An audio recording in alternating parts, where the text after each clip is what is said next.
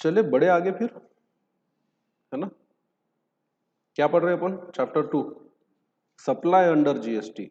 और एक सप्लाई है जो कभी खत्म ही नहीं हो रहा। सप्लाई का सप्लाई बड़ा लंबा जा रहा है, पर ठीक है, ऐसे ही हम सीखेंगे। वापिस आते हैं पेज नंबर 8 पे, सेक्शन नंबर 7। बार बार इसको रोज यहीं से स्टार्ट करेंगे। सब सेक्शन 1 का क्लॉज 1 किसकी बात करता है? किसे कहेंगे सप्लाई? किसका? गुड्स या सर्विसेज का। सप्लाई के लिए सबसे इंपॉर्टेंट कंसिडर क्या है? 4 क्राइटेरिया। या तो गुड्स होना चाहिए, या तो सर्विस होना चाहिए, और क्या होना चाहिए उसके अंदर? कंसिडरेशन होना चाहिए। किसके द्वारा किया जाना चाहिए? पर्सन के द्वारा। और कैसे किया जाना चाहिए? कोर्स और furtherance of business. Section 7 subsection 1 का क्लॉज बी क्या कहता है? अगर आप इंपोर्ट करते हो किसका? सर्विस का, चाहे वो फर्दरेंस ऑफ बिजनेस के लिए हो चाहे ना हो, तो भी हम इस पे क्या, इसको क्या मानेंगे? सप्लाई मानेंगे। और इस पे आपको क्या लगाएंगे? जीएसटी लगाएंगे। वैसे जीएसटी लगाएंगे वाली बात तो अभी 3rd चैप्टर में आएगी। अभी तो सिर्फ यही सीखना है कि सप्लाई है या सप्लाई नहीं है। हाँ, सप्लाई पे ही जीएसटी लगेगा, ये बात पक्की है। जो चीज सप्लाई ही नहीं है उस पे क्या नहीं लगेगा? जीएसटी। सेक्शन 7 सबसेक्शन 1 का क्लॉज सी किसकी बात करता है? शेड्यूल 1 के साथ इसको पढ़ना चाहिए।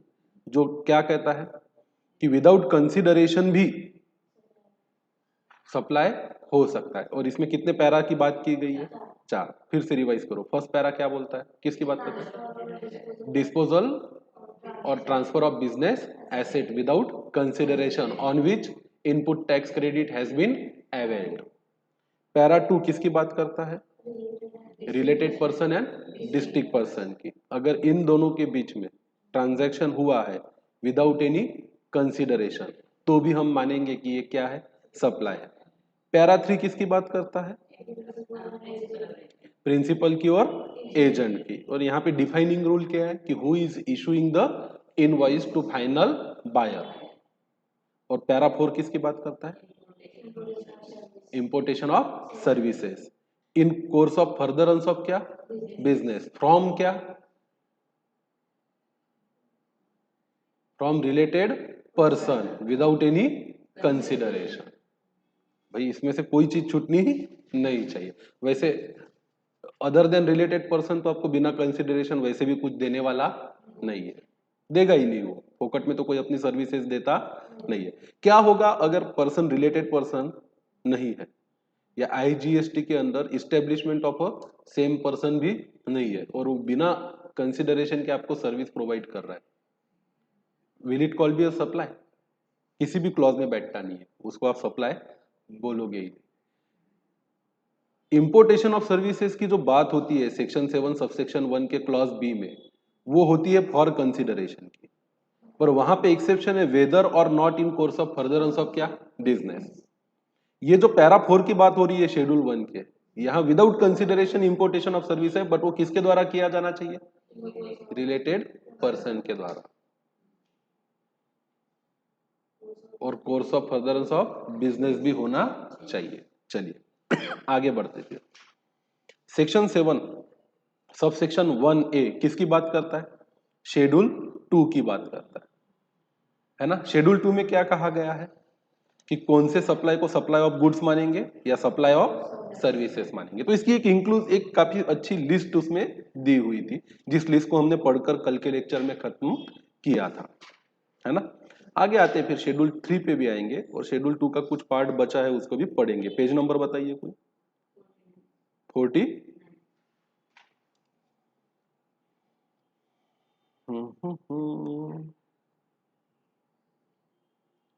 चलो, कंस्ट्रक्शन वर्क्स कॉन्ट्रैक्ट ये सब हो गए थे, शेड्यूल 2 के पार्ट पढ़ लिए थे।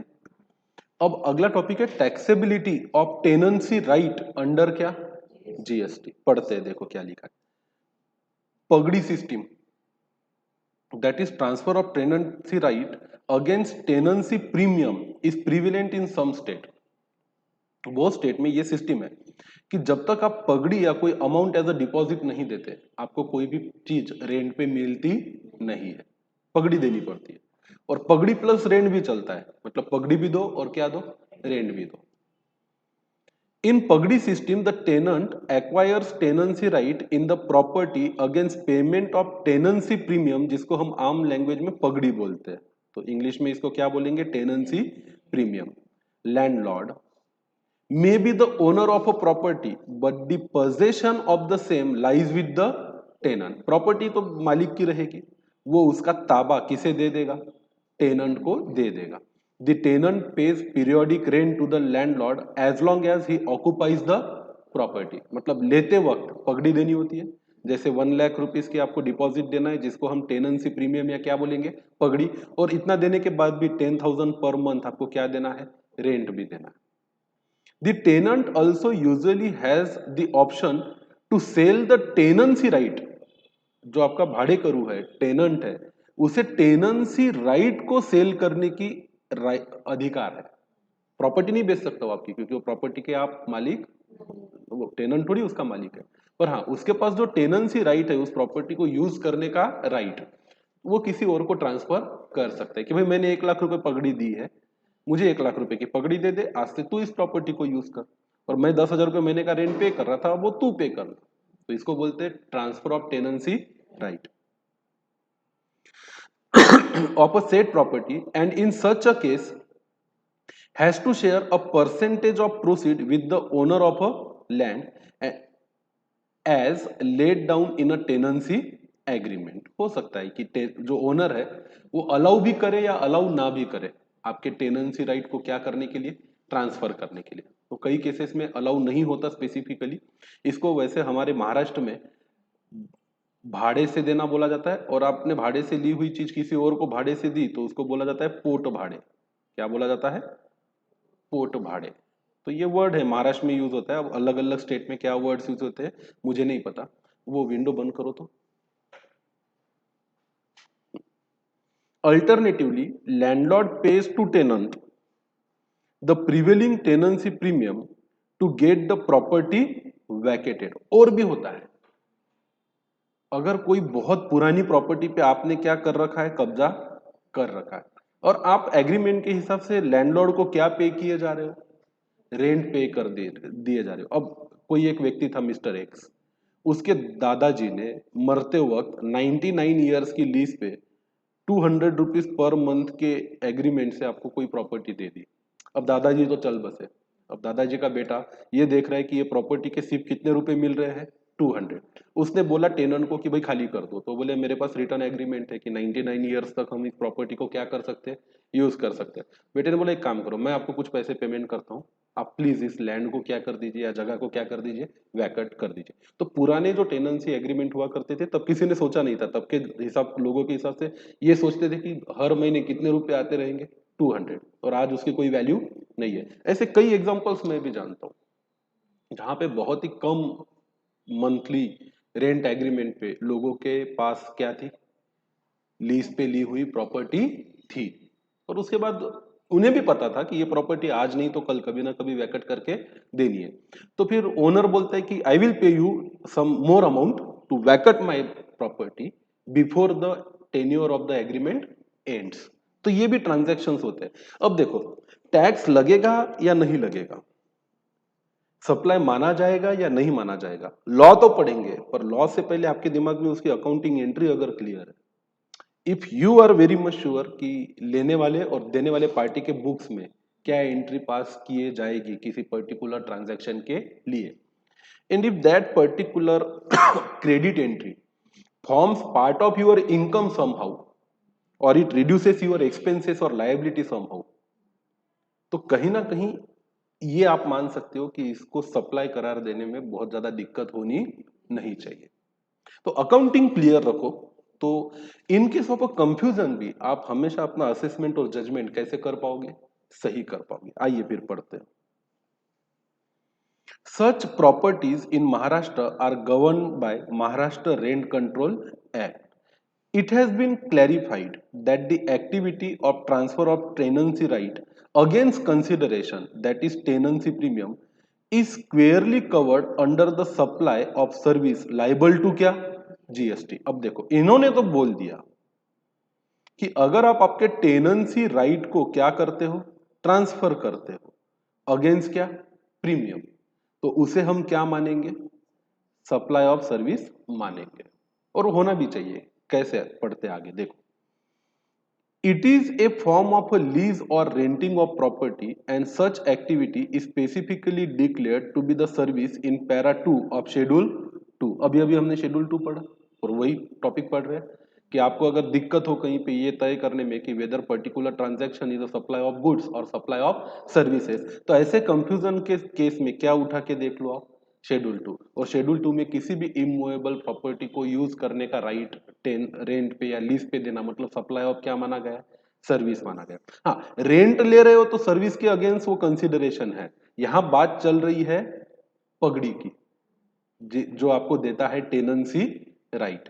और ये इस तरह का टेनेंसी राइट को भी ट्रांसफर करना, यहाँ पे वर्ड बड़ा स्पेसिफिकली यूज हुआ है, transfer of tenancy right against क्या, consideration is covered under the supply of क्या, services and it is liable to GST. अब कैसे और इसकी वैल्यू कैसे डिटरमाइन करनी है पढ़ते आगे।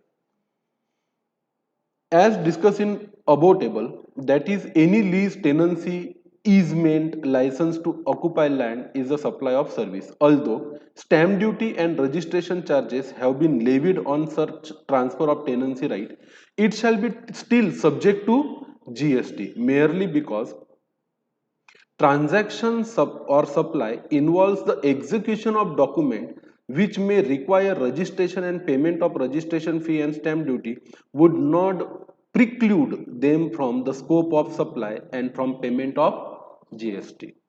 क्योंकि भाई ये तो कानूनन करना ही पड़ता है, क्या पे करना, स्टैम्प ड्यूटी और रजिस्ट्रेशन चार्जेस। इसका मतलब ये नहीं कि ये आपको मुक्ति देगा या छूट देगा कि इसको आप क्या ना मानो, सप्लाई ना मानो। The transfer of tenancy right cannot be treated as sale of a land or building in para 5 of schedule 3। भाई आप तो टेनेंसी राइट को ट्रांसफर कर रहे हो, प्रॉपर्टी की ओनरशिप या टाइटल को ट्रांसफर कर रहे हो क्या, नहीं। Thus, it is not in the negative list activity. This concept is discussed in a next heading. Negative list बड़ी इंटरेस्टिंग चीज है, ये कई तरीके से जीएसटी में कुछ कंफ्यूजन को हमेशा के लिए दूर कर देगा। निगेटिव लिस्ट मतलब इस पे किसी भी प्रकार से इसको सप्लाई मानना ही नहीं है। And consequently, a consideration for the said activity shall attract levy of क्या, GST। To sum up, the activity of transfer of tenancy right is squarely covered under the scope of supply and taxable per se। Transfer of tenancy right to new tenant against consideration in the form of tenancy premium is taxable। Further, service provided by outgoing tenant by way of surrendering the tenancy right against the consideration in the form of a portion of a tenancy premium, in the form of क्या word use हुआ है यहाँ पे, portion of a tenancy premium is liable to GST। और इसके लिए specifically 2018 में एक क्या आया था, सर्कुलर भी आया था।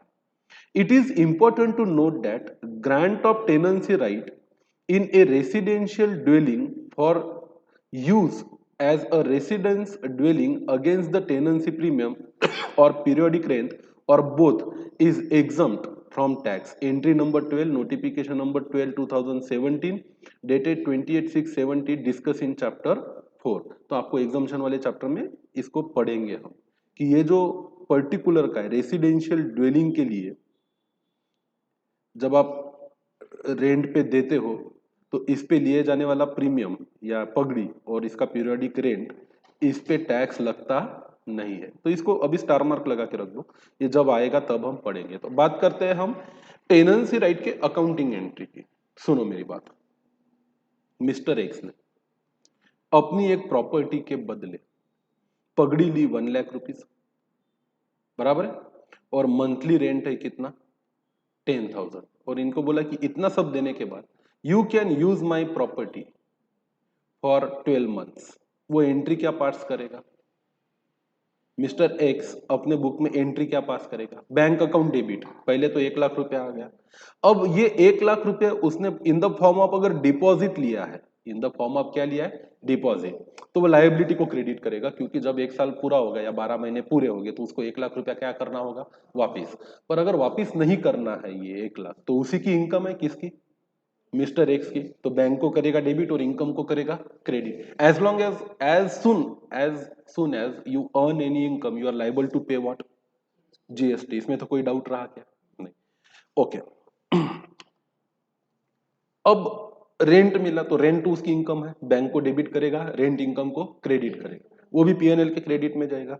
1 लाख रुपए की जो टेनेंसी प्रीमियम या पगड़ी ली है वो भी उसकी इनकम है, तो उस पर भी क्या लगना चाहिए? जीएसटी। हाँ, पर अगर ये प्रीमियम रीपेएबल है, it is in the nature of what? Liability, कि जब तक आप यहाँ पे ऑक्यूपाइड करते हो मेरी प्रॉपर्टी तब तक के लिए रखना है, और बाद में मैं इसे क्या कर दूंगा, आपको वापिस कर दूंगा। तो ये फिर सप्लाई माना नहीं जाएगा, क्योंकि ये सीधा सीधा फिर सप्लाई ऑफ मनी कहलाएगा। एक हैंड से दूसरे हैंड में क्या ट्रांसफर हुआ है? सिर्फ मनी ट्रांसफर हुआ है। It is in the form of liability, जो आपकी इनकम नहीं है। बट अगर इस किसी भी प्रकार की पगड़ी या tenancy premium form part of your income, तो इस पे आपको क्या भरना पड़ेगा? जीएसटी, क्योंकि आपकी इनकम है, तो इसे क्या माना जाएगा? सप्लाई। अब अगर मिस्टर एक्स ने अपनी प्रॉपर्टी दी थी मिस्टर वाई को, मिस्टर वाई ने क्या किया बाद में? इसको सबलेट कर दिया मिस्टर झेड़ को, और उसने बोला कि ठीक है, आप मुझे 1 लाख रुपए की टेनेंसी प्रीमियम दे दीजिए, और फिर रेंट आप सीधा मिस्टर एक्स को देते रहिए। तो अब 1 लाख रुपए किसकी इनकम हो गई? मिस्टर वाई की। अब मिस्टर वाई के लिए वो 1 लाख रुपया जो आया है bye way of tenancy premium या बाय वे ऑफ इनकम, उसको भी क्या माना जाएगा? सप्लाई। अल्टीमेटली बुक एंट्री पे अगर आपका कंफर्ट है, अकाउंटिंग एंट्री पे आपका कंट्रोल है, तो आपका गेसिंग कि पर्टिकुलर चीज को सप्लाई माना जाना चाहिए या नहीं माना जाना चाहिए, ये बिल्कुल जो होगा वो कानून के अनुरूप ही होगा।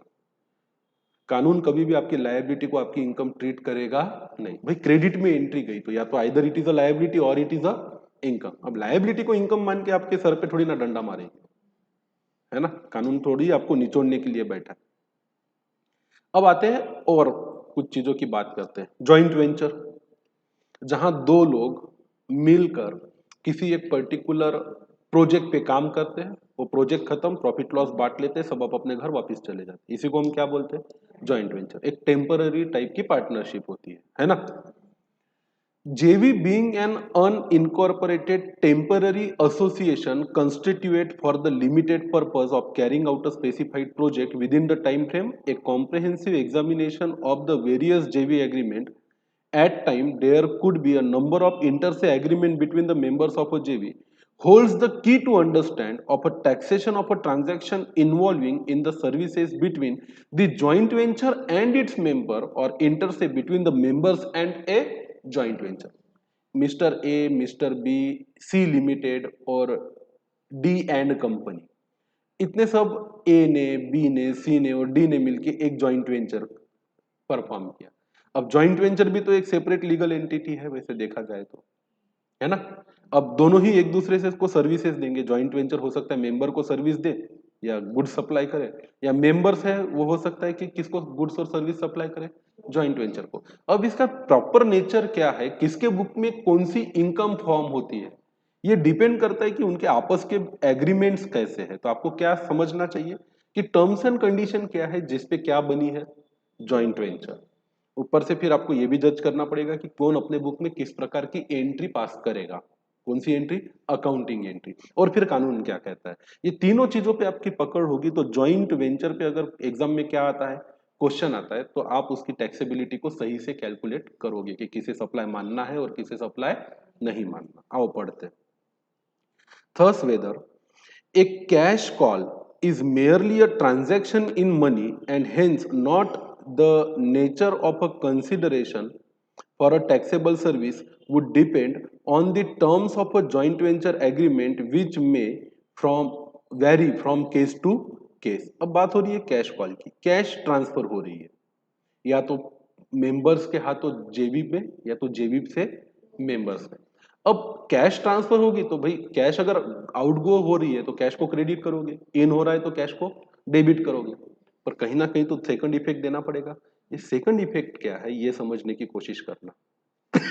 If that second effect form part of income for someone, either for a member और फॉर अ जॉइंट वेंचर, तो कहीं ना कहीं जहां जहां इनकम वहां वहां क्या? जीएसटी। ये बात तो है, जहां जहां आपकी इनकम हो रही है वहां वहां तो सप्लाई बनेगा बनेगा और बनेगा।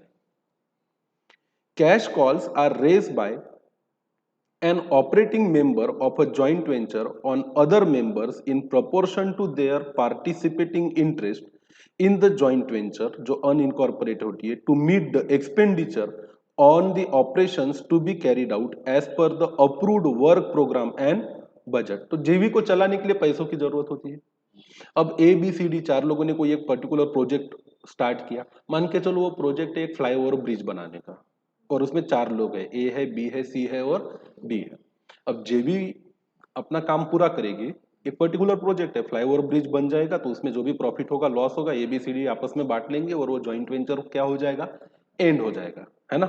जॉइंट वेंचर का अपना एक टेम्पररी पीएनएल बनेगा और उसका प्रॉफिट का शेयर बढ़ जाएगा, पर उसको चलाने के लिए पैसा तो देना पड़ेगा ना मेंबर्स को, मटेरियल खरीदना पड़ेगा, लेबर का क्या करना पड़ेगा, पेमेंट करना पड़ेगा। तो ये होता है कैश कॉल। जब भी जरूरत पड़ती है जॉइंट वेंचर को पैसों की तो मेंबर से क्या कलेक्ट किए जाते हैं, पैसे। ये लोग आपस में तय करते हैं कि कौन कितना पैसा लगाएगा और बदले में कौन कितना प्रॉफिट शेयर करेगा। Let us understand the taxability of cash call with the help of following example.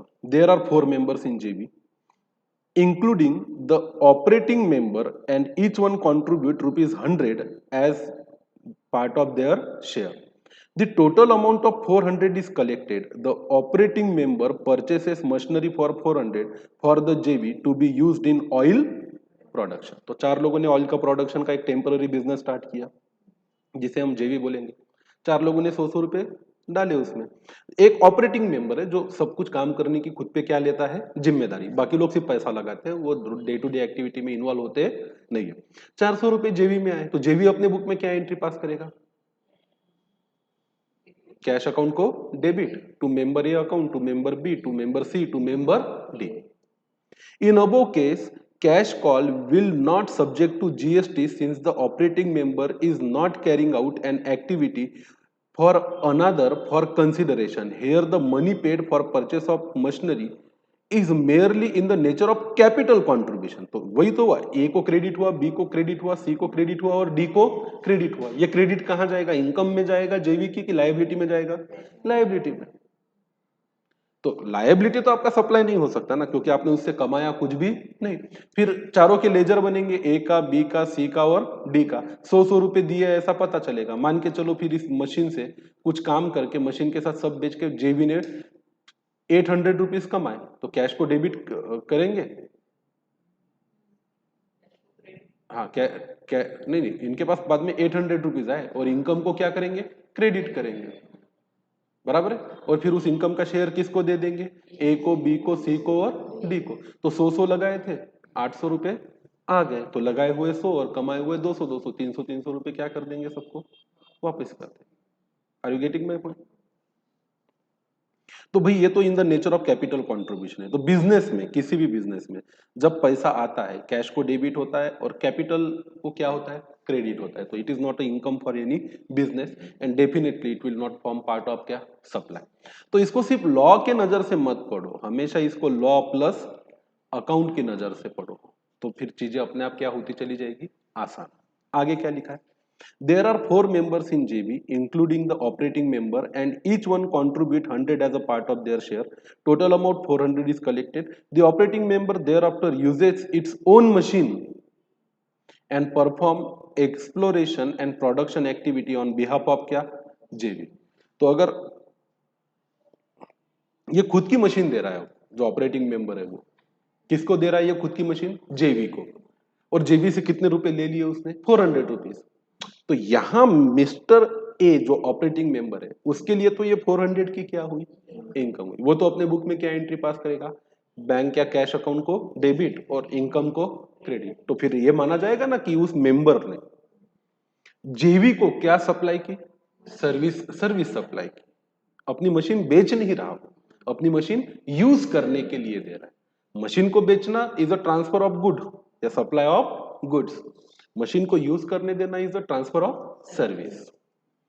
In above case, the operating member uses its own machinery and is therefore providing service within the scope of supply, because here operating member is recovering the cost appropriated toward the machinery and service from other JV member in their participating interest ratio। हाँ, अब यह तो हो सकता है कि ये जो 100 कलेक्ट किए ये पहले जेवी के बुक में आए, फिर जेवी के बुक से ऑपरेटिंग मेंबर ए को गए, या तो ऑपरेटिंग मेंबर ने डायरेक्ट ही 400 कलेक्ट किए बाहर के बाहर और खुद ही रख लिए, हुआ जो भी, पर मिस्टर ए ने, ऑपरेटिंग मेंबर ने तो अपनी सर्विसेज क्या की, प्रोवाइड की है, तो इसको क्या माना जाएगा, service.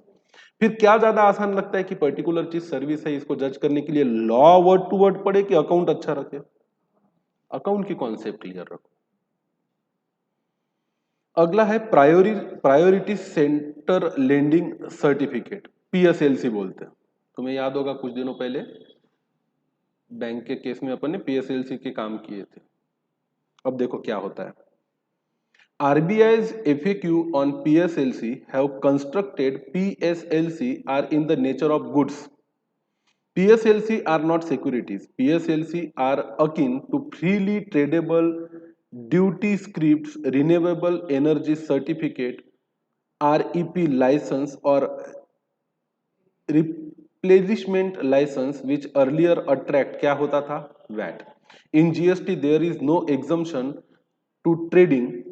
PSLC, thus PSLC are taxable as goods. GST payable on the certificates would be available as ITC to the bank buying the certificate. बाद में इस पे थोड़ा सा चेंज आया और इसको फॉरवर्ड चार्ज से निकाल के रिवर्स चार्ज आरसीएम मैकेनिज्म में डाल दिया।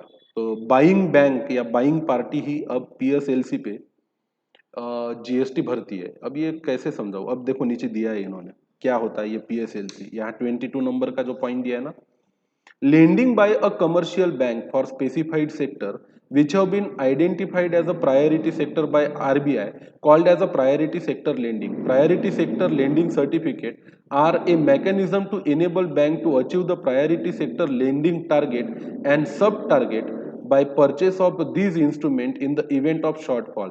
This is also incentivized surplus bank that allows them to sell their excess achievement over target, thereby enhancing lending to the categories under priority sector. Under PSLC mechanism, the seller sells the fulfillment of priority sector obligation and the buyer buys the obligation with no transfer of risk or loan asset. अब मैं समझाता हूँ ये होता क्या है, नीचे इन्होंने कुछ दिया है क्या, देखो होता क्या है, अब मान के चलो गवर्नमेंट ने और आरबीआई ने एक लिस्ट बनाई है कि if you are a bank, तो आप एज अ बैंक क्या करते हो, लेंडिंग करते हो।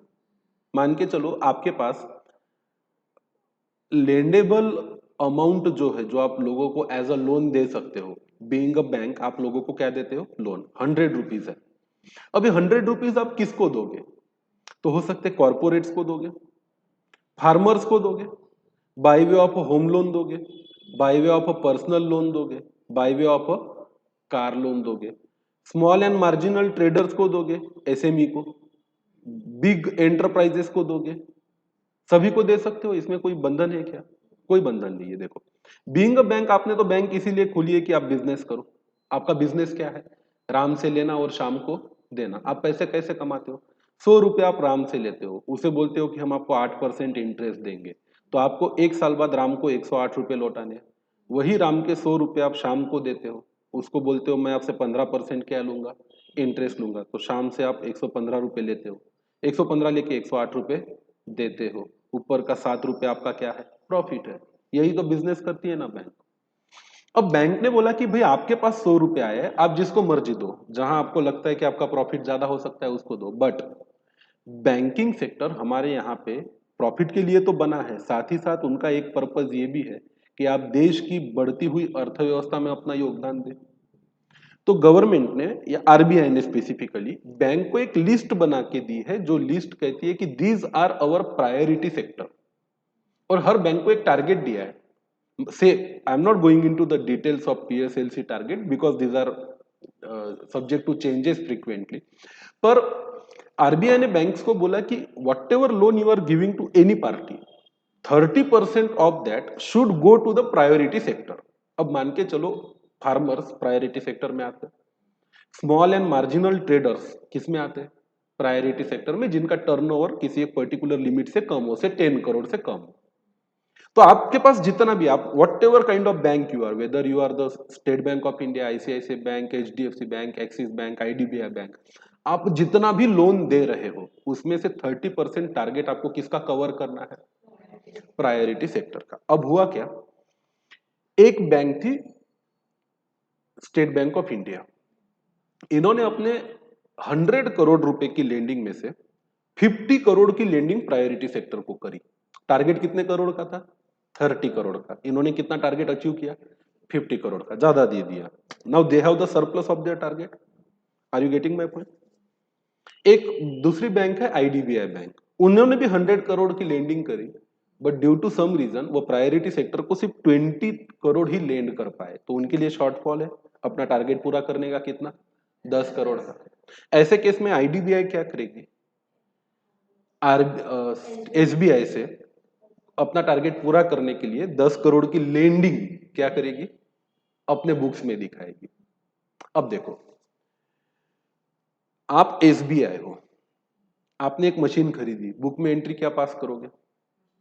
मशीनरी को डेबिट और कैश को क्रेडिट। आप एसबीआई हो, आपने मशीन खरीदी, तो मशीन आपके लिए एसेट है, आपने कहा दिखाया? अपने बैलेंस शीट के एसेट साइड में। आपका एसेट आप जिसको चाहो बेच सकते हो, कर सकते हो कि?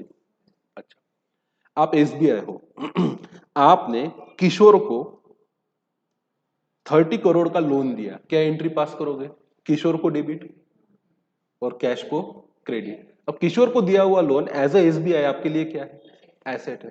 तो मुझे बताओ, आपका मशीन अगर आप किसी को भी बेच सकते हो क्योंकि वो आपका क्या है? एसेट है, तो आपका जो लोन है, आपका डेटर है, आपका जो बोरोवर है, वो भी तो आपका एसेट है, आप उसको भी तो क्या कर सकते हो? ट्रांसफर। अशोक को क्या फर्क पड़ेगा? अशोक को लोन दिया किसने? एसबीआई ने। एसबीआई ने वो लोन बेच दिया किसको? आईडीबीआई को। एसबीआई अपने बुक में क्या एंट्री पास करेगा लोन बेचने के लिए? उनको तो कैश आ गई, कैश अकाउंट को डेबिट और अशोक के लोन अकाउंट को क्रेडिट। और आईडीबीआई ने वो लोन खरीद लिया, आईडीबीआई क्या एंट्री पास करेगी? लोन टू अशोक अकाउंट को डेबिट और कैश अकाउंट को क्रेडिट। तो आईडीबीआई ने अपने बुक में क्या एंट्री पास की? लोन टू अशोक को डेबिट और कैश को क्रेडिट। तो एसेट जो एसबीआई का था वो अब किसका बन गया? और अशोक प्रायोरिटी सेक्टर का है, तो इसका मतलब आईडीबीआई ने अपना टारगेट क्या कर लिया? पूरा कर लिया। बैंकिंग के केस में ऐसे ट्रांसफर को बोला जाता है transfer of a priority sector lending, जिसको हम बोलते हैं पीएसएलसी। अब इसमें क्या होता है, ये लाइन बड़ी इंपॉर्टेंट है, आपको समझाने के लिए तो समझा दिया। With no transfer of risk और लोन असेट, ये आखिरी लाइन है। वैसे देखा जाए तो इन एक्चुअल बुक्स वो जो अशोक या किशोर था, जिसको किसने लोन दिया था? एसबीआई ने, वो अभी भी एसबीआई का ही कस्टमर बना रहेगा। पर मुझे बताओ, एसबीआई आईडीबीआई को अपनी प्रायोरिटी सेक्टर को कम करके उनकी प्रायोरिटी सेक्टर लेंडिंग दिखाने के लिए फोकट में तो सर्टिफिकेट नहीं देगा। इनको क्या करना है? एक सर्टिफिकेट ही लिस्ट के, और उसके लिए भी एक ऑनलाइन पोर्टल है जिसको ई कुबेर बोला जाता है। क्या बोला जाता है? ई कुबेर। ये बैंक टू बैंक ट्रांजैक्शन के लिए इसमें लिखा हुआ है क्या? हाँ, ये बैंक टू बैंक ट्रांजैक्शन के लिए आरबीआई के द्वारा बनाया गया ऑनलाइन एक पोर्टल है, बराबर है। वहीं पे ये सब सर्टिफिकेट एक बैंक दूसरे बैंक को क्या करती है? इशू। अब एक बैंक ने अपने प्रायोरिटी सेक्टर के टारगेट को पूरा कर लिया, तो बड़ी मेहनत की होगी ना उन्होंने, इतने लोगों को ढूंढ ढूंढ के क्या दिया? लोन दिया। अब वो बोल रहे हैं कि ठीक है, हमारा 50 करोड़ हुआ है, हमें तो 30 के ऊपर की जरूरत नहीं, तो हम आपको 10 करोड़ का ये सर्टिफिकेट इशू कर देते हैं कि दिस इज यूर लेंडिंग। और इस तरह से सभी को आपस में एक टारगेट पूरा करने में मदद मिलेगी। जो ओवर अचीव कर रहे हैं वो अंडर अचीवर की क्या कर रहे हैं? हेल्प कर रहे हैं। काश सीए में भी ऐसी सिस्टम होती कि भाई मुझे मार्क्स थोड़े से ज्यादा मिल गए तो तुझे कम पड़ रहे हैं तो मैं मेरे सरप्लस मार्क क्या करता हूँ, किसी और गरीब स्टूडेंट को ट्रांसफर। वैसे तो एक सीए बनने के लिए एग्जैक्टली कितने मार्क्स चाहिए फाइनल में? 400 मार्क्स चाहिए। अब एक बंदा 512 मार्क्स लेके आ गया, क्या काम है उसको ऊपर के 112 मार्क में? ऐसे 2-2 5-5 मार्क अगर उसको ट्रांसफर करने का अधिकार मिले तो कितने गरीबों का भला हो जाए उसको। पर खैर, ये पूरी सिस्टम है। अब बोलो, एसबीआई ने तो फोकट में नहीं दिया होगा आईडीबीआई को।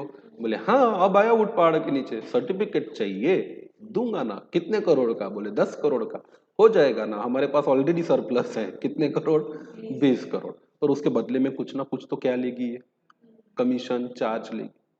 अब बोलो, एसबीआई अगर ऐसे पीएसएलसी को ट्रांसफर करने के लिए आईडीबीआई बैंक से कोई कमीशन या चार्ज ले रही है तो एसबीआई अपने बुक में क्या एंट्री पास करेगी, बैंक को डेबिट और पीएसएलसी ट्रांसफर कमीशन को क्रेडिट। इनकम किसकी हुई, टैक्स कौन भरेगा, एसबीआई। पर इसमें चेंज आया है, इसमें अभी क्या आया है, चेंज आया है और इसको निकाल के फॉरवर्ड चार्ज से निकाल के रिवर्स चार्ज में डाला है। फिर आप बोलोगे सर ये नाम तो सुना है आरसीएम, रिवर्स चार्ज मैकेनिज्म, आएंगे उस पे, जब आएंगे तब उसको बताऊंगा। फिलहाल के लिए समझ गया कि एसबीआई के लिए ये इनकम है तो एसबीआई के लिए ऐसा सर्टिफिकेट इशू करना ट्रांसफर है, सप्लाई है ना। Further nature of supply of PSLC between banks in supply of goods in the course of inter state trade or commerce. Accordingly, IGST shall be payable on supply of PLC traded over the e-Kuber portal of RBI। ये मार्च 2019 का था, इसके बाद material में change नहीं आया, इसके बाद इसमें और एक बदल आया है जो मैं आपको विथ अमेंडमेंट पढ़ाऊंगा। इसमें आरसीएम लग गया। अब ऐसा है कि एसबीआई ने बेची और किसने खरीदी, आईडीबीआई ने। पहले ऐसा था कि ये सप्लाई एसबीआई के हैंड में था टैक्सेबल, अब वो सप्लाई हो गया taxable in the hands of IDBI. मतलब आईडीबीआई अपने पीएनएल में डेबिट भी करेगा एक्सपेंस और डेबिट करने के साथ खुद ही उस पर क्या भरेगा, टैक्स। तो आप बोलोगे सर ऐसा तो कभी जिंदगी में सुना नहीं। मैंने तो यही सुना है कि मेरी लायबिलिटी उसी पे आती है जो चीज मेरे पीएनएल में क्या होती है, क्रेडिट होती है। ऐसा ही होता है तो इसी को बोला जाता है फॉरवर्ड चार्ज अंडर जीएसटी, सीधा सीधा। पर एक उल्टा भी है, एक सिस्टम उल्टा भी है, उसको जीएसटी में बोला जाता है रिवर्स चार्ज मैकेनिज्म, जिसको हम बोलेंगे क्या, आरसीएम। तो ये बाद में आगे निकाल के इसको आरसीएम में डाल दिया एक पर्टिकुलर डेट के बाद। तो केस में आपको डेट वाइज भी पूछा जा सकता है कि ये डेट को ट्रांसफर किया तो फॉरवर्ड चार्ज में आता है, इस डेट के बाद ट्रांसफर किया तो रिवर्स चार्ज में आता है। वैसे कभी आर्टिकलशिप में आपको मौका मिला तो ये ई को, वैसे आपका बैंकिंग क्लाइंट होना चाहिए। अब लकीली मेरे पास है बैंकिंग क्लाइंट जिसके लिए मैं क्या करता हूँ, कंसल्टेंसी का काम करता हूँ, तो I am very much into all these things. आगे आते हैं। अब ये बड़ा इंपॉर्टेंट है, क्या, निगेटिव लिस्ट अंडर जीएसटी। मिला क्या आपको, एक्टिविटीज और transaction specified under schedule 3 of GST act. ये पेज है 48। अपन वापस आते हैं पेज नंबर 8 पर।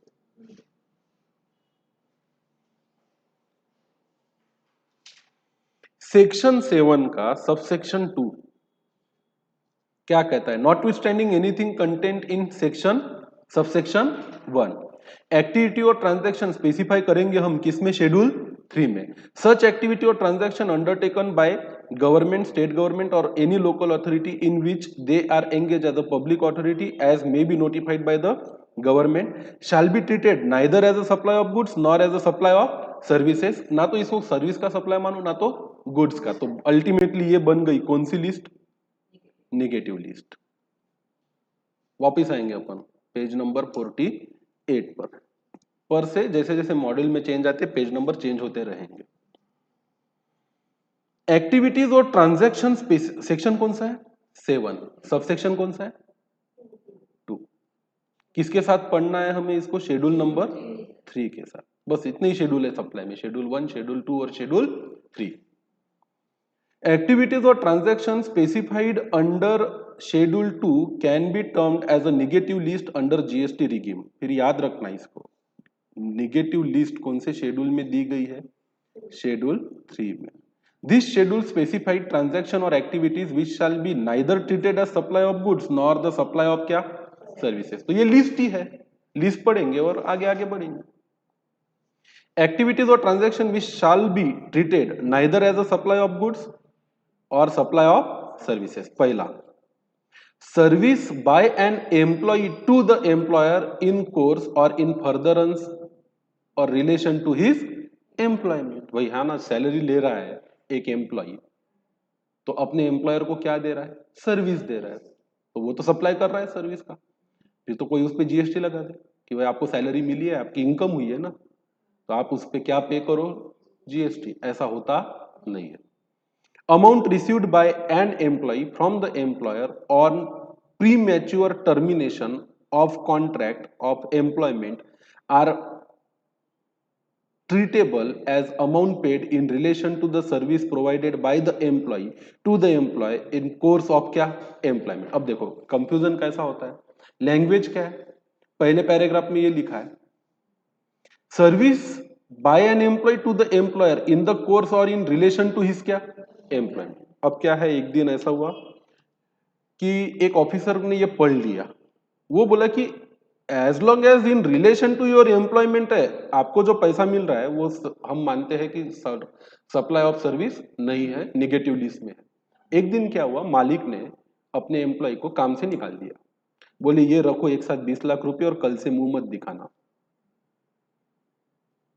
अब ऑफिसर पहुंच गया उसके घर, बोले पहले जो आपको सैलरी मिलती थी महीने की 50,000, वो था इन रिलेशन टू क्या एम्प्लॉयमेंट। अब तो आपका एम्प्लॉयमेंट का रिलेशन ही क्या हो गया है, खत्म। अब जो 50 लाख रुपए मिले ये आपकी, 20 लाख रुपए मिले ये आपकी क्या है, इनकम है। चल मुझे इस पे क्या दो, जीएसटी, क्योंकि मैं इसे क्या मानता हूं, सप्लाई। ऐसा भी नहीं होना चाहिए ना, ऐसा भी तो होना नहीं चाहिए, इसलिए इन्होंने स्पेसिफाई कर दिया कि भाई काम के दौरान आपको जो सैलरी मिलती है, जो भी कॉस्ट टू कंपनी है, उसको तो हम क्या नहीं मानते, सप्लाई। पर टर्मिनेशन ऑफ कॉन्ट्रैक्ट के वक्त अगर मालिक कोई अमाउंट पे करता है अपने एम्प्लॉय को, तो उसे भी हम क्या नहीं मानेंगे, सप्लाई नहीं मानेंगे, और ये मानेंगे कि ये जो पैसा दिया गया है it is in the course of क्या एम्प्लॉयमेंट है।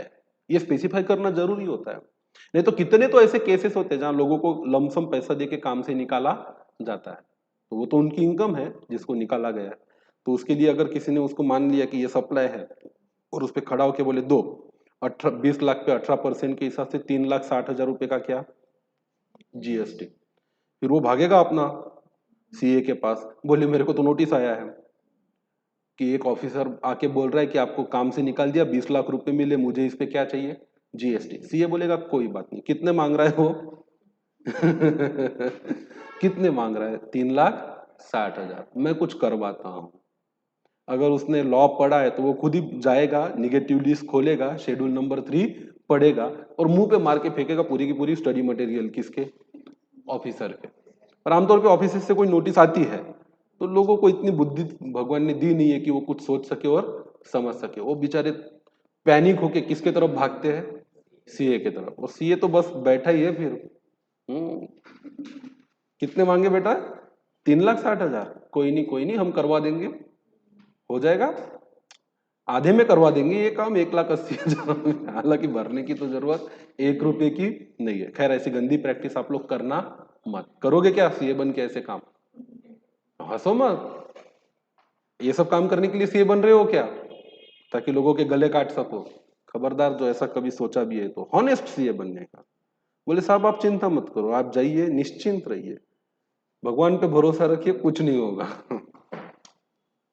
अगला क्या है निगेटिव लिस्ट में, service provided by a casual worker.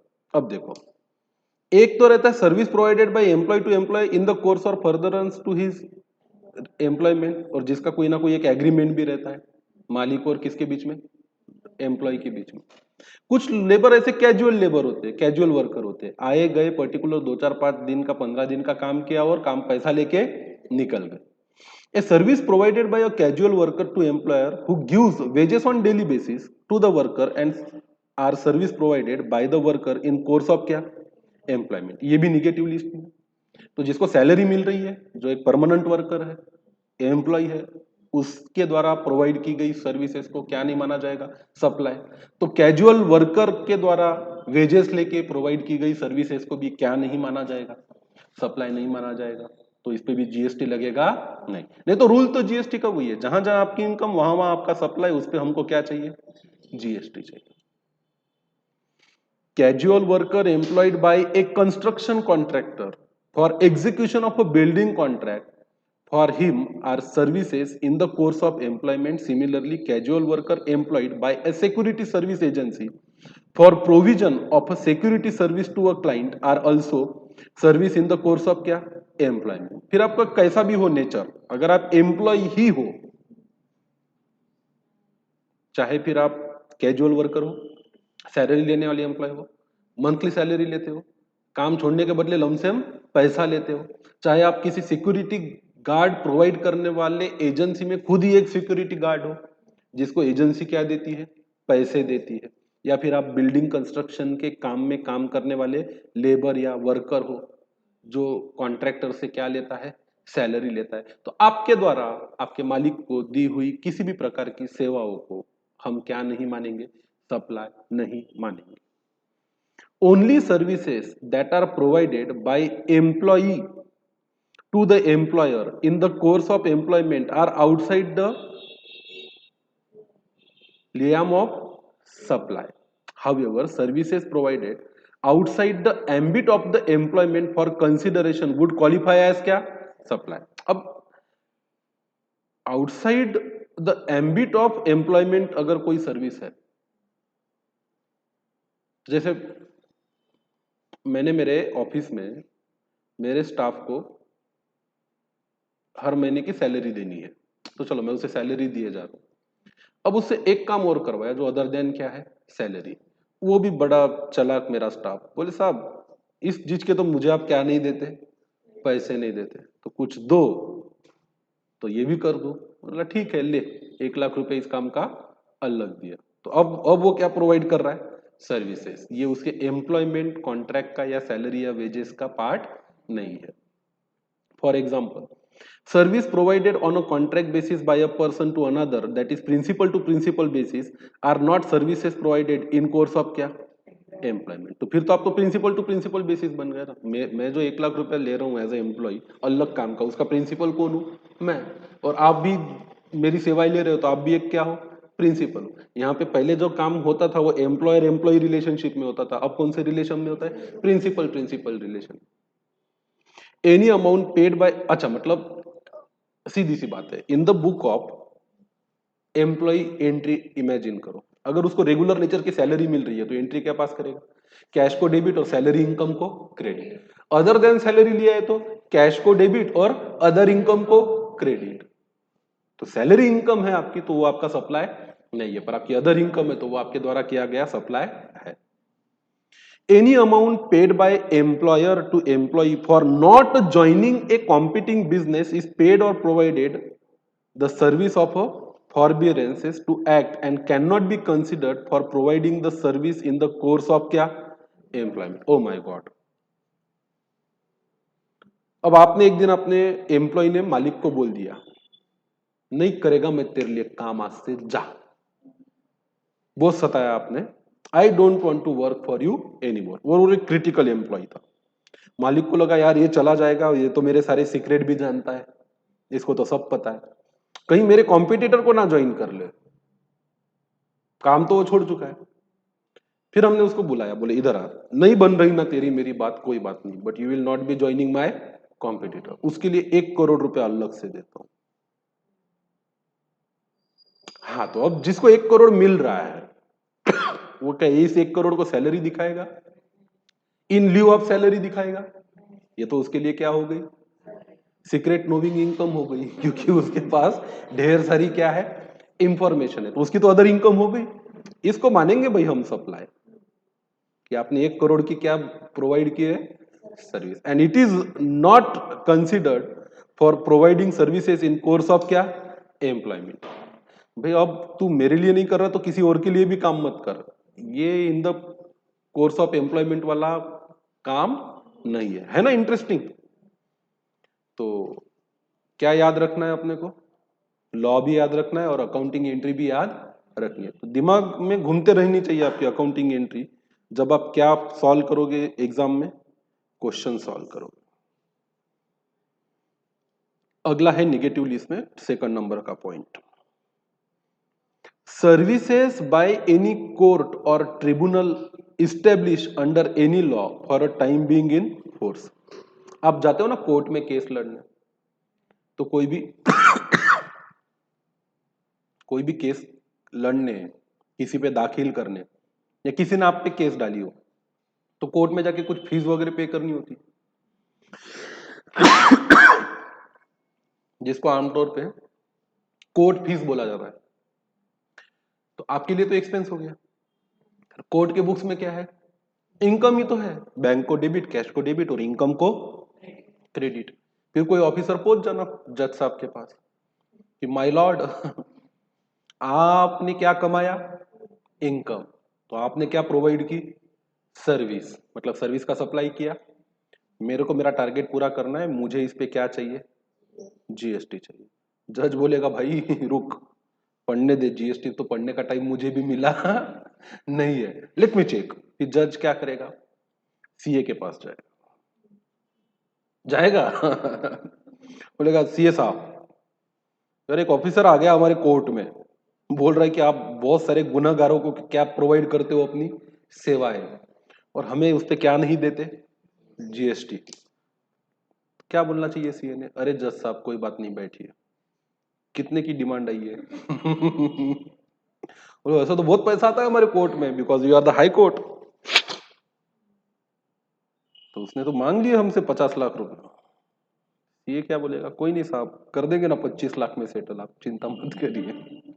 अब ये सब प्रैक्टिस अभी क्या हो चुकी है, ऐसा कोई करता नहीं था।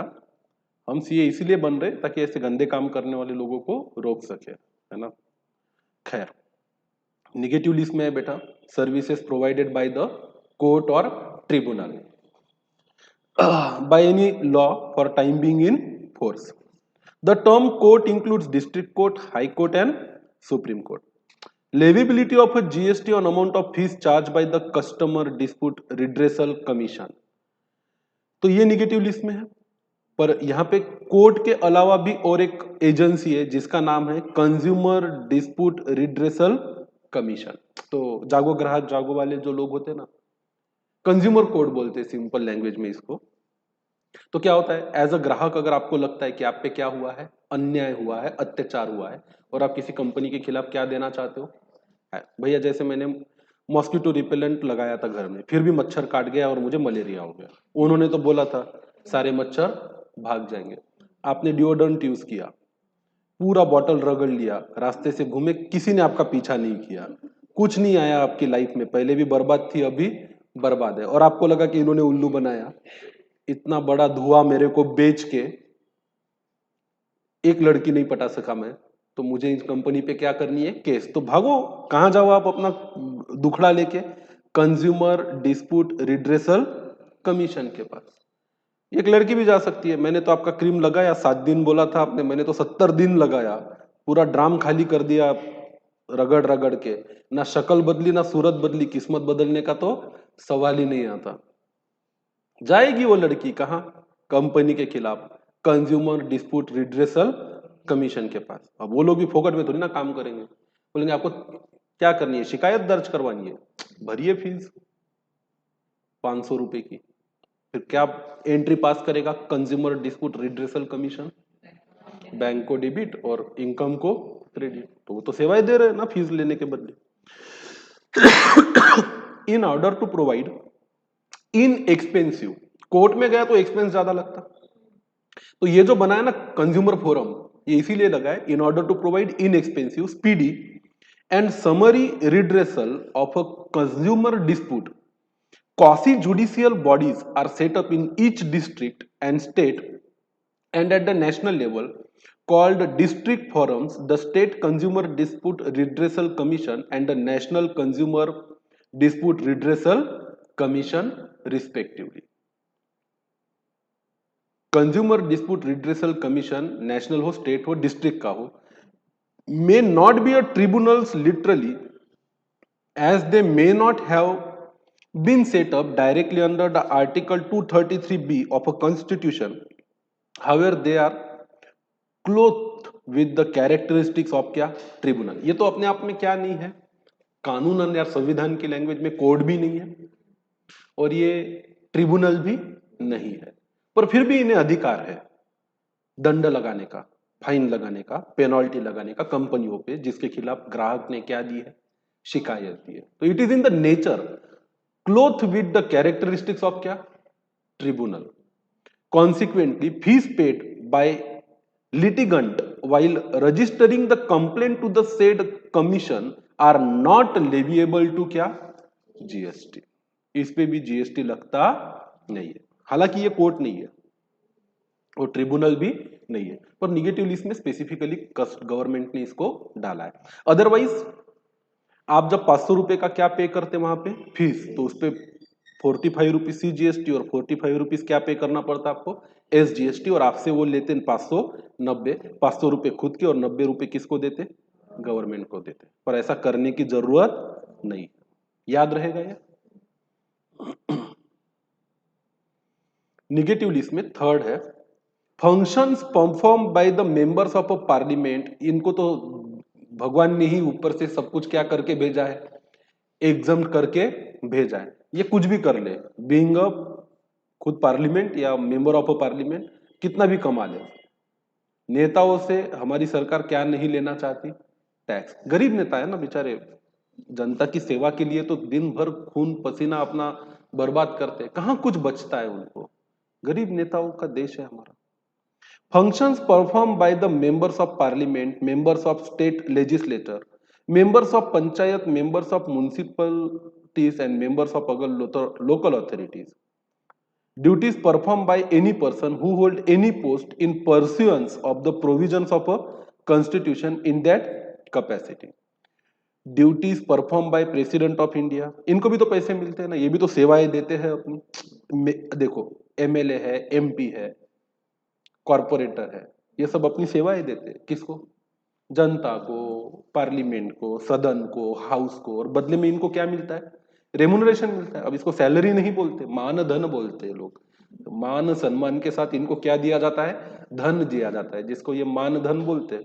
वैसे उनके मानधन उनकी इनकम है, जिसपे उन्हें इनकम टैक्स तो लगता नहीं। इनकम टैक्स में वही एक चीज मुझे बड़े अच्छे से याद है कि नेताओं को मिलने वाली पेंशन और जो भी पैसा मिलता है being a member of parliament, वो टैक्स में क्या है, एग्जम्प्ट। तो उनकी वो इनकम इसीलिए भी तो हो रही है क्योंकि वो अपनी सेवाएं प्रोवाइड कर रहे हैं देश के सदन को, तो उस पर GST भी लगता नहीं। नहीं तो उनका 5 लाख रुपए एक MP को अगर महीने के मिलते हैं तो साल के तो 60 लाख रुपए हो गए, तो उसका तो aggregate annual turnover threshold limit से क्या हो गया ऊपर। फिर किसी ऑफिसर ने नोटिस भेज देनी मंत्री साहब को, मंत्री साहब आपने तो सेवाएं सप्लाई की है पार्लियामेंट ऑफ इंडिया को, तो बदले में हमें क्या चाहिए उसका, GST। ना बाबा ना, नेता बोलेगा, नेता नहीं जाएगा CA के पास, नेता उठाएगा फोन, बोले ये कौन ऑफिसर है, ये मेरे दरवाजे पे आया है क्या मांगने, GST। सस्पेंड कराओ इसको, भेजो गढ़चिरौली कहीं ऐसे जगह भेजो जहां उसको टैक्स भरने वाला कोई व्यक्ति दिखे ही ना। चलिए ठीक है। Duties perform by president of India, vice president, prime minister. Prime minister तो हमारे वैसे भी बहुत ही नेक इंसान है, अपने लिए 1 रुपया भी रखते नहीं है। Chief justice of India, speaker of Lok Sabha, chief election commissioner, controller and auditor general of India, chairman of union public service commission, attorney general of India in that capacity. सबको पैसे मिलते हैं, सब अपनी सेवाएं पर्टिकुलर सरकारी एजेंसी को देते हैं, और इसको डाल दिया है निगेटिव लिस्ट में। तो अपनी सेवाएं देने के बदले इन लोगों को कुछ भी मिले उसको क्या नहीं मानेंगे हम, सप्लाई नहीं मानेंगे। Duties perform by any person as a chairperson of a member और a director in a body established by the central government or state government or local authority who is not deemed as an employee before the commencement of this clause। तो और भी लोग होते हैं, any person की बात हो रही है, जो अपनी सेवाएं किसको देते हैं, सेंट्रल गवर्नमेंट या किसको देते हैं, स्टेट गवर्नमेंट को या किसी लोकल अथॉरिटी को, who is not deemed as an employ, जो उसका एम्प्लॉय भी नहीं है। और ये सर्विसेज नहीं है, ड्यूटीज है, कानूनन वो काम उनको करना पड़ता ही है। तो इनको भी जो पैसे मिलेंगे स्टेट गवर्नमेंट से, सेंट्रल गवर्नमेंट से या लोकल अथॉरिटी पे, उस पर क्या चार्ज नहीं किया जाएगा, GST चार्ज नहीं। सर्विसेज ऑफ फिनरल, अंत्य यात्रा अंत्य विधि, बुरियल,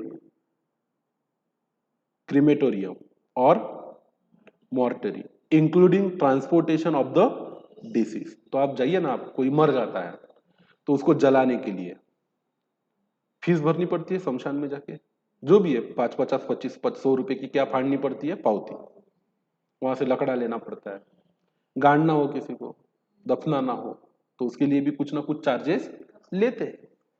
तो भाई जो एजेंसी स्मशान इनकॉर्पोरेशन ऑफ इंडिया, जो भी लोग चला रहे हैं, उनके लिए तो cash comes in and income को क्रेडिट। क्योंकि वो अपनी सेवाएं प्रोवाइड कर रहे हैं, बदले में जो भी नॉमिनल चार्जेस लेते होंगे उनके द्वारा लिए गए किसी भी चार्जेस को क्या नहीं मानेंगे हम, सप्लाई नहीं मानेंगे। चलो, कितना इंसानियत वाला कानून है जीएसटी। और लोग क्या बोलते हैं, जीएसटी के अंदर क्या नहीं है, कोई इंसानियत। कम से कम मरने वाले की सेवा करने के लिए तो किसी से क्या नहीं लिया जा रहा, जीएसटी। नहीं तो पता चला जीएसटी से परेशान एक व्यापारी ने फांसी लगा ली, जहां बेचारे को जलाने लेके गए वहां भी उससे क्या लिया गया, जलाने का चार्ज प्लस जीएसटी। कितनी तड़पती उसकी आत्मा, कितना दर्द होता उसको मरने के बाद भी। खैर, कम से कम मरने के बाद तो क्या नहीं लगता, जीएसटी नहीं लगता। मर जाओ, जिंदा रहने से तो मरना आसान है, जिंदा रहोगे तो हर जगह क्या लगना है, GST. Sale of land and subject to paragraph 5B of schedule 2 या सेल ऑफ बिल्डिंग, लैंड को और बिल्डिंग को बेचने पे क्या नहीं लगता, जीएसटी, क्योंकि ये इमूवेबल प्रॉपर्टीज है और ये अपने आप में क्या नहीं है, गुड्स ही नहीं है। हाँ, पर अगर आप इनको यूज करने के लिए किसी को देते हो तो माना जाएगा सप्लाई सर्विस का हुआ है। फिर से आ गया वो वर्ड, कौन सा, actionable claim, other than lottery, betting and gambling. Actionable claim are specifically included in the definition of goods under section 252 of a CGST Act, है ना। However, this para of Schedule 3 specifically exclude actionable claim other than lottery, betting and gambling from the ambit of definition of क्या, supply. तो इसको schedule 3 में वहां पे यही पढ़ा था हमने, सप्लाई है या नहीं है, इसमें कहीं एक्शनेबल क्लेम की बात नहीं आई थी। एक्शनेबल क्लेम क्या होता है, क्लेम ऑफ एनी डेब्ट। आपका एसेट है, आपको किसी से पैसे लेने का क्या है, अधिकार है। तो शेड्यूल 3 जो है वो निगेटिव लिस्ट में डालता है other than lottery, betting and gambling. को joint reading of a said provision implies that only lottery, betting and gambling are treated as क्या, सप्लाई। तो लॉटरी के बदले में अगर लॉटरी जीतने वाले को क्या दे रहा है, पैसे दिए जा रहे हैं। कौन दे रहा है पैसे, लॉटरी चलाने वाली कंपनी। तो माना जाएगा कि आपने सप्लाई किया है गुड्स, सप्लाई किया है क्या, गुड्स। गैम्बलिंग में अगर कोई व्यक्ति जीत जाता है और उसको कोई धनराशि दी जा रही है, तो गैम्बलिंग में जीता हुआ पैसा जिसको मिला उसको माना जाएगा कि आपको क्या मिले हैं, गुड्स मिले हैं, इस कानून के हिसाब से। Only lottery and gaming. All other actionable claim are outside the ambit of definition of supply. Some of the other example of actionable claim are right to recover insurance money. भाई मुझे बताओ, मैंने एक कंपनी का insurance लिया था, fire insurance, कि मेरा स्टॉक जल जाए तो मुझे कंपनी से क्या मिलेंगे, पैसे। फिर एक दिन सच में आग लग गई, मेरा स्टॉक जल गया। अब मुझे अधिकार है ना कंपनी से क्या लेने का, इंश्योरेंस का पैसा लेने का। तो ये तो मेरा एक्शनेबल क्लेम है। राइट टू रिसीव मनी है, मतलब एक्शनेबल क्लेम। मिल गया एक दिन वो पैसा, कंपनी ने क्या दे दिया, इंश्योरेंस का पैसा दे दिया, तो माना जाएगा क्या सप्लाई किया है, नहीं। सप्लाई एक्शनेबल क्लेम के केस में दो ही चीजों में, अगर पैसा कोई व्यक्ति किसी को देता है, अगर वो लॉटरी जीतता है तो, और अगर वो गैम्बलिंग में जीतता है तो। लॉटरी जीत गए तो देखो, लॉटरी जीतना क्या है कि आपके पास एक नंबर की टिकट थी, बाद में आपने ऑनलाइन देखा कि आपका टिकट सिलेक्ट हुआ है, तो अब आपके पास हक है ना कंपनी से 1 करोड़ रुपए लेने का। तो ये जो हक है आपके पास कि कंपनी से मैं कितना लूं, लॉटरी कंपनी से 1 लाख रुपए, it is my actionable claim. Claim of any डेब्ट होता है ना। फिर मैंने गैम्बलिंग किया, मैं पैसा जीत गई, तो मुझे तो हक मिल गया ना, मैं शर्त जीता हूं, जुआ जीता हूं, तो आपसे क्या लेने का, पैसा। तो एक्शनेबल क्लेम है। उसी तरह इंश्योरेंस था मेरे पास, तो इंश्योरेंस क्लेम ड्यू हो गया, मेरा आग लग गया, माल जल गया, तो मुझे अधिकार है कि इसमें जितना भी मेरा इंश्योरेंस का पॉलिसी का पैसा है वो मुझे मिलना चाहिए। क्लेम फॉर अरियर्स ऑफ क्या, रेंट, रेंट नहीं मिला था मुझे कई दिनों से, अरियर में था, तो मुझे अधिकार है। Claim for future rents if this can be assigned, unsecured loans, unsecured debenture, bills of exchange, promissory note, bank guarantee, fix deposit, received, right to the benefit of a contract etcetera. इन हर चीज में एक व्यक्ति को हक मिलता है कि वो दूसरे व्यक्ति से क्या ले, पैसा ले। मैंने बैंक में फिक्स डिपॉजिट कराया तो मुझे हक है कि नहीं बैंक से मेरे पैसे वापस लेने का? अरे है कि नहीं है? मेरा रेंट अरियर्स में है तो मुझे हक है ना पैसे लेने का? अरे हाँ कि ना? बैंक ने आपको गारंटी दी वो गारंटी का कहीं ब्रीच हो गया तो बैंक को आपसे पैसे लेने का हक है या नहीं है? है ना? बिल ऑफ एक्सचेंज आपके लिए बिल रिसीवेबल है तो आपको हक है या नहीं पैसे लेने का? है ना? तो हर वो चीज जो जहां पे आपको हक मिलता है और वो अनसिक्योर्ड है, विदाउट एनी मॉर्गेज, तो वो आपके लिए क्या कहलाता है? Actionable claim. यहां पे भी एक व्यक्ति के हाथ से दूसरे व्यक्ति के हाथ में पैसा क्या होता है? ट्रांसफर। तो जो दे रहा है वो कैश को क्रेडिट करेगा, ले रहा है वो कैश को डेबिट करेगा, और किसी ना किसी चीज को क्या करेगा? क्रेडिट करेगा। पर अगर वो क्रेडिट वाली चीज इनकम फ्रॉम लॉटरी या इनकम फ्रॉम गैम्बलिंग है तो ही उसको क्या माना जाएगा? सप्लाई माना जाएगा। अदरवाइज एक्शनेबल क्लेम के अकाउंट में आने वाले किसी भी पैसे को गुड्स का या सर्विस का सप्लाई माना नहीं जाएगा। बात क्लियर है? तो बिल ऑफ एक्सचेंज का पैसा आया, बैंक को डेबिट, बिल रिसीवेबल को क्रेडिट, एक्शनेबल क्लेम के बदले क्या आया? पैसा। सप्लाई है क्या? नहीं। इंश्योरेंस का पैसा एक दिन मिल गया, बैंक को डेबिट, क्लेम रिसीवेबल को या इंश्योरेंस क्लेम इनकम को क्रेडिट किया, किया ना क्रेडिट? सप्लाई है क्या? नहीं। वैसे इंश्योरेंस क्लेम का पैसा मिलता है तो कहां क्रेडिट होता है? पीएनएल में क्रेडिट होता है, या लॉस जितना हुआ है उसमें डेबिट क्रेडिट करते हैं। तो लॉस हुआ है समझो 10 लाख और इंश्योरेंस का पैसा मिला 8 लाख का, तो 10 लाख के लॉस को नेट करके कितना दिखाते हैं? 2 लाख। तो केस स्टडी में आ गया कि भाई एक के गुड्स जल गए, 10 लाख का क्लेम किया था, बदले में कितने लाख रुपए मिले? 8 लाख। तो क्या ये उसकी जो इनकम हुई है 8 लाख की, ये टैक्सेबल होगी क्या? तो बोलेंगे कि ये सप्लाई है ही नहीं। क्यों? क्योंकि इसको स्पेसिफिकली शेड्यूल 3 में सेक्शन 7 सबसेक्शन 2 में निगेटिव लिस्ट में डाल के दिया है कि इसको क्या मत मानिए आप? Supply. Out and out supplies, that is merchant trading जिसको बोलते हैं। Supply of goods from a place in the non taxable territory to another place in the non taxable territory without such goods entering into India. Taxable territory मतलब भारत का वो area जहां पे कौन सा कानून लागू होता है? जीएसटी। अब फ्रांस के एक व्यक्ति ने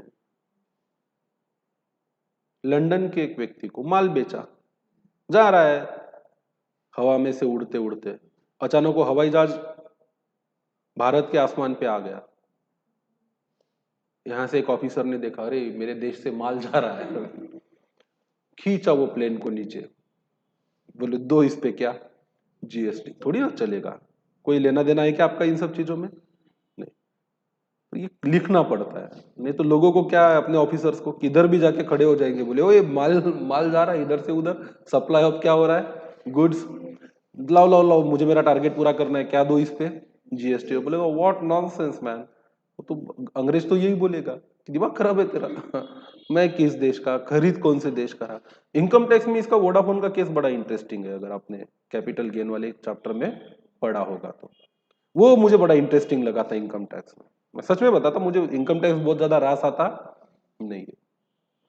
आइए पढ़ते हैं। Vivekanand purchase goods from China and sold it to George of Canada without bringing the goods in India. The transaction neither is supply of goods nor of supply of service. आया क्या? ये तो ठीक है, दो देशों के लोग तो आपस में करेंगे तो उसका तो हमें कोई लेना देना नहीं है, पर हमारे देश का एक आदमी एक देश से खरीदता और परस्पर दूसरे देशों में बेचता है, इंडिया में एंटर नहीं हुआ कोई भी, तो उसको निगेटिव लिस्ट में डाला गया है। तो इसको अंडरलाइन कीजिए, without bringing the goods in क्या? इंडिया। निगेटिव लिस्ट में अगला पॉइंट और last point, supply of warehoused goods to any person before clearance for home consumption. देखो, Radheshyam imported some goods in India but kept the goods in a custom bonded warehouse without clearing for home consumption। क्या होता है? Custom act आप पढ़ोगे तो जब भी आप फॉरेन से कोई माल मंगाते हो तो उस पर इंपोर्ट करते वक्त एक टैक्स देना होता है, उसका नाम क्या होता है? कस्टम। अब क्या है, माल आता कहां पे? पोर्ट्स पे आता है। आमतौर पे फॉरेन से जब कंसाइनमेंट आता है तो पोर्ट्स पे आता है।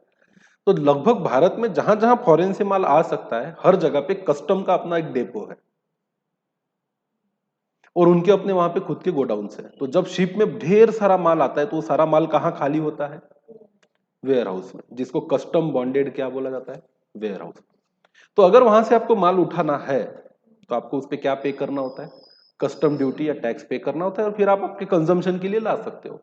वो फिनिश गुड्स हो सकता है या वो किसी प्रकार का रॉ मटेरियल भी हो सकता है। और जब तक वो कस्टम वेयर हाउस में पड़ा है आपसे भाड़ा भी लेते हैं, फोकट में आपका माल रखते भी नहीं है। In the meantime, Radhesham sold these goods to Sitaram while they were in warehouse. This transaction between Radhesham and Sitaram is neither supply of goods nor supply of क्या? Services. अब आप पूछोगे ऐसा कैसे हो गया?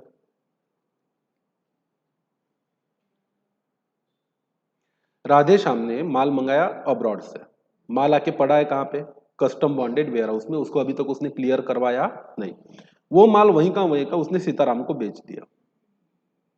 अब इसको पूरी तरह से एग्जम्प्ट किया गया है, निगेटिव लिस्ट में डाला। अब ये सप्लाई कब होगा पता है क्या? एक्चुअली इंडिया में माल आया ऐसा तभी माना जाता है जब आप कस्टम ड्यूटी पे करके उस माल का पोजीशन अपने पास लेते हो। आपने कस्टम ड्यूटी पे की क्या उस पर? तो ये माना ही नहीं जाएगा कि टेक्निकली वो माल कहाँ आया है? इंडिया में आया। क्योंकि विदाउट टैक्स दिए आप फॉरेन से इंडिया में क्या नहीं ला सकते? गुड्स या कोई भी माल नहीं ला सकते। तो ये बड़ा इंपॉर्टेंट एक क्लॉज है, इसको स्पेसिफिकली निगेटिव लिस्ट में दिया है। अगर आपने माल कस्टम बॉन्डेड वेयर हाउस में स्टोर किया है और उसको होम क्लियरेंस के लिए क्या नहीं किया? क्लियर नहीं किया और वहीं से इसको किसी और को ट्रांसफर कर दिया, तो इसको ना तो गुड्स का सप्लाई माना जाएगा ना तो सर्विस का। Supply of goods by the consignee to any other person by endorsement of a document of title to the goods after the goods have been dispatched from the port of origin located outside India but before clearing for the home consumption. ये भी वही है, ये भी India technically आप पढ़ोगे ना example तो आपको पता चलेगा कि माल इंडिया में आया ही नहीं है। क्या लिखा है देखो, प्रसून ऑफ इंडिया इंपोर्ट किया some goods from Japan while the goods were in the high seas। अभी तक माल तो इंडिया के बॉर्डर पे पहुंचा ही नहीं था। Prasoon sold goods to Jinesh in India by way of endorsement of a document of title of क्या? गुड्स। वैसे क्या है कि जब जापान से माल निकला था तो गुड्स का जो टाइटल का डॉक्यूमेंट था वो कुरियर से पहले ही आ गया होगा प्रसून के पास। अब प्रसून को जाना था पोर्ट पे, कस्टम ऑफिसर्स को वो डॉक्यूमेंट दिखाना था कि मेरे नाम से जापान से क्या आया है गुड्स। वो लोग वेरीफाई करते, प्रसून के पास जो कॉपी है उसके साथ जो शिप का कैप्टन है उसके पास एक कॉपी होगी, दोनों अगर मैच हो गई तो वो गुड्स किसको हैंड ओवर कर देते? ऑफिसर प्रसून को, और उससे क्या ले लेते? टैक्स। प्रसून ने क्या किया, वो सारे जो डॉक्यूमेंट है टाइटल के वो किसको दे दिए? जिनेश को। तो वैसे तो देखा जाए तो माल खरीदा था जापान से प्रसून ने और बेच दिया किसको? जिनेश को। पर ये माल इंडिया में आया क्या? आया ही नहीं, क्योंकि ओवर सीज ही था वो माल, समुद्र में ही था। तो इसको हम क्या नहीं मानेंगे? ना तो गुड्स का सप्लाई मानेंगे ना तो सर्विसेज का सप्लाई मानेंगे।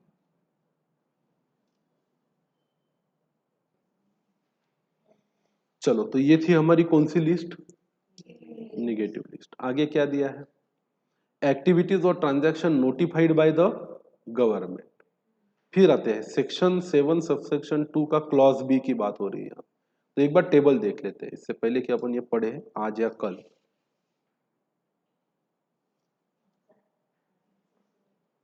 क्लॉज 1 किसकी बात करता है? एक्टिविटीज और transaction specified in schedule 2। Such activity और ट्रांजैक्शन अंडरटेकन बाय गवर्नमेंट, जिसको हम ना तो goods of supply of goods मानेंगे ना तो सप्लाई ऑफ क्या मानेंगे? सर्विस। तो दो चीजें हो सकती है, एक है एक्टिविटीज जो स्पेसिफाई की गई है शेड्यूल 3 में। ये एक्टिविटीज गवर्नमेंट के द्वारा प्रोवाइड की जाने वाली एक्टिविटी हो सकती है, कोर्ट के द्वारा प्रोवाइड की जाने वाली, या किसी भी प्राइवेट पर्सन के द्वारा दूसरे प्राइवेट पर्सन को प्रोवाइड की जाने वाली क्या हो सकती है? एक्टिविटी। और इसके जो क्लॉज बी में एक्टिविटीज है वो स्पेसिफिकली कौन प्रोवाइड करेगा? गवर्नमेंट ही प्रोवाइड करेगी, उसकी बात हो रही है यहां। तो उसमें क्या क्या दिया है? काफी सारी चीजें हैं, थोड़ी सी है, तो इसको कर ही लेते फिनिश, फिर कंपोजिट एंड मिक्स सप्लाई वाला सेक्शन आएगा, मतलब ये टॉपिक ही पूरा कवर हो जाता आज। प्लेन रीडिंग करेंगे, बहुत आसान। Activity or transaction notified by the government. Government is empowered to notify the activity or transaction undertaken by central government, state government or local authority in which they are engaged as a public authority as the activities or transaction which shall not be treated either as a supply of goods or a supply of a services. Services by way of any activity in relation to the function entrusted to the panchayat under Article 234 to 43G of a constitution or the municipality under Article 243W of a Constitution of India notified for the said purpose. तो देखो संसद ने, अपने संविधान ने पंचायत को और अपने म्युनिसिपालिटी को कुछ अधिकार दिए हैं कि ये सेवाएं आपको प्रोवाइड करनी है। अब दो चीजें हो सकती है, एक मिनट,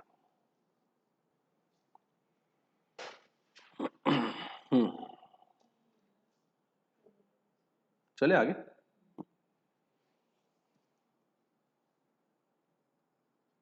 तो इनको कुछ सेवाएं देनी है। अब क्या होगा कि सेवाओं के बदले ये कुछ पैसा भी कलेक्ट करेंगे किसी ना किसी से, तो उनकी तो इनकम हुई, उसको क्या नहीं मानेंगे हम? सप्लाई नहीं मानेंगे। Further CBIC has clarified that the following activity और transaction are neither supply of goods nor supply of क्या? Services. Inter state movement of various modes of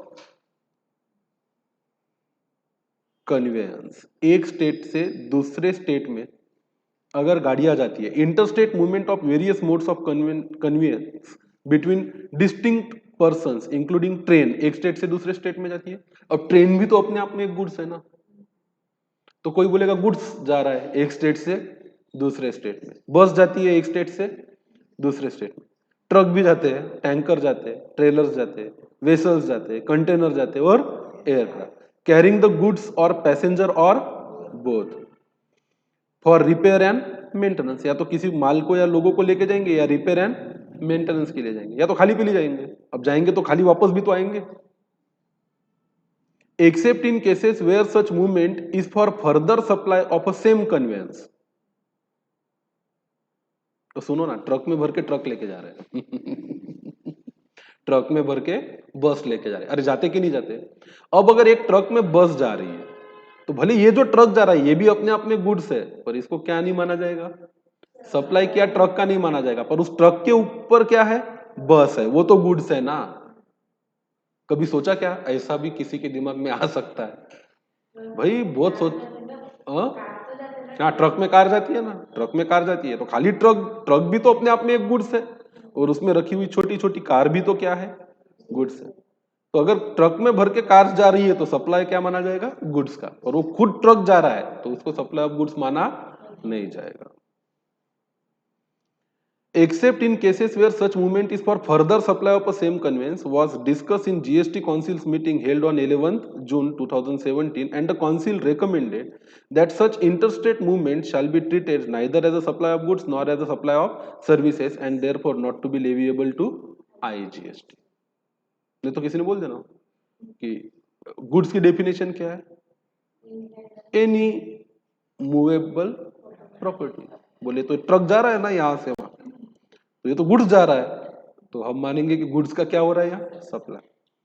Thus, above activity may not be treated as supply, and consequently, IGST will not be payable on such supply. However, applicable CGST, SGST, as the case may be, shall be leviable on repair and maintenance done for such convey। हाँ भाई, अगर आप बोलते हो कि मेरा truck खाली जा रहा है, ये भी एक गुड्स है, इसको आप सप्लाई नहीं मानते, पर वहां जाके उस गुड्स का आपने रिपेयर करवाया या कोई पार्ट चेंज किया, तो यहाँ तो हुआ है ना, पार्ट चेंज किया तो गुड्स का सप्लाई हुआ है, रिपेयर करवाया तो सर्विस का सप्लाई हुआ है। फिर कोई ये मत ना बोल दे है कानून में मैंने पढ़ा खाली गाड़ी लेके किधर भी घूमो क्या नहीं होता कोई भी सप्लाई। मतलब गाड़ी में गाड़ी भरोगे तो सप्लाई होगा, गाड़ी में रिपेयर मेंटेनेंस पार्ट भी भरोगे तो भी क्या मानेंगे? सप्लाई। सिंपल है भाई।